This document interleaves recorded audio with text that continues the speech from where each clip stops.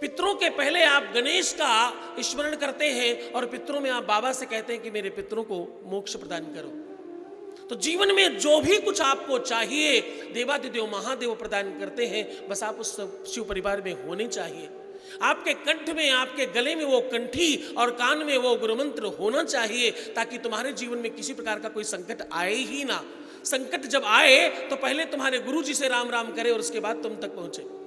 जिसके जीवन में गुरु मजबूत होता है, जिसकी कुंडली में बृहस्पति मजबूत होता है, गुरु महत्वपूर्ण होता है, उसके जीवन में किसी प्रकार का संकट आता ही नहीं।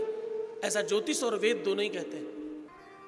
ज्योतिष और वो कहती है कि अगर तुम्हारी कुंडली में, तुम्हारे भाग्य में, तुम्हारे हस्तरेखा में बृहस्पति का स्थान, गुरु का स्थान उच्च हो जाए और श्रेष्ठ हो जाए, केंद्र में विराजमान हो जाए, तो तुम्हारे जीवन में किसी प्रकार का कोई संकट रहता नहीं है।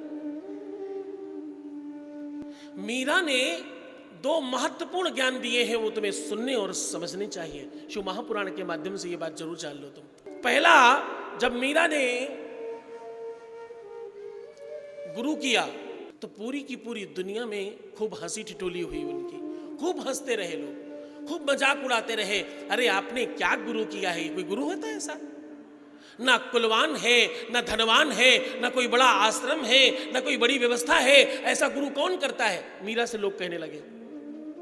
ध्यान से सुनना। मीरा से लोग कहने लगे कि ऐसा गुरु कौन करता है? ना आयु है, न ज्ञान है, न बल है, न पौरुष है, न कोई प्रतिष्ठा है, ना ही तो कोई बड़ा आश्रम है, ऐसा गुरु कौन करता है?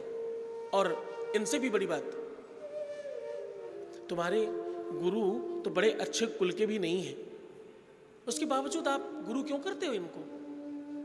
मीरा बहुत बार सुनती रही, एक बार को तो मीरा को भी लगने लगा क्या सच है क्या ऐसा?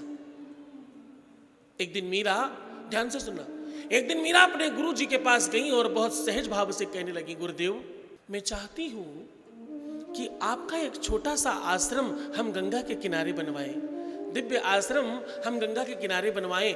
लोगों को ये लगेगा कि आप तपस्वी हैं और गंगा के किनारे आपका आश्रम है। अरे मीरा, क्या हुआ तुम्हें? आश्रम गंगा के किनारे क्यों बनाना चाहती हो? गुरुदेव आश्रम गंगा के किनारे मैं इसलिए चाहती हूं क्योंकि गंगा के किनारे सिद्धता का नाम होता है। आपसे सुना है, आप श्री के चरणों में अनुराग रखकर मैंने ये जाना है कि गंगा के किनारे अगर आश्रम हो तो लोग अपने आप सिद्ध मानने लगते हैं। अच्छा ऐसी बात है क्या मीरा? हाँ, तो गंगा के किनारे केवल आश्रम होने से तुम्हें लगता है कि मैं सिद्ध कहलाऊंगा? नहीं गुरुदेव, बात ये नहीं है। मुझे ऐसा लगता है कि जनमानस के माध्यम में, जनमानस के दिमाग में वो संदेश अच्छा जाएगा गुरुदेव, इसलिए कह रही हूं। अच्छा मीरा, प्यास लगी है तुम्हें? पानी पीना चाहती हो? हाँ गुरुदेव। इनके गुरु जी का नाम था रविदास। ध्यान से सुनना, क्या नाम था? इनके गुरु जी का नाम था रविदास। अब रविदास आप सब समझते होंगे। तो रविदास जी एक लकड़ी के बड़े से कटोरे में पुराने चरण पादुकाओं को भिगो रखा था, उसी में से एक जूता उठा करके सिल रहे थे आराम से। और जब बोले प्यास लगी है क्या मीरा, तो बोले हाँ। तो गुरुजी ने उसी कठौती की तरफ हाथ बढ़ाया और बोले, गंगे मैं तुम्हें आदेश देता हूं कि मुझे जल चाहिए। और उसी कठौती से एक हाथ निकला और स्वर्ण के कलश में माता गंगा स्वयं कलश में जल लेकर के पधार गई और मीरा को बोली, जाओ गंगा जल पी लो। बढ़िया सुंदर सा हाथ, हाथों में कंगन और पूरा का पूरा स्वर्ण का कलश लिए हुए गंगा का हाथ निकला और मीरा को गंगा जल पान कराया।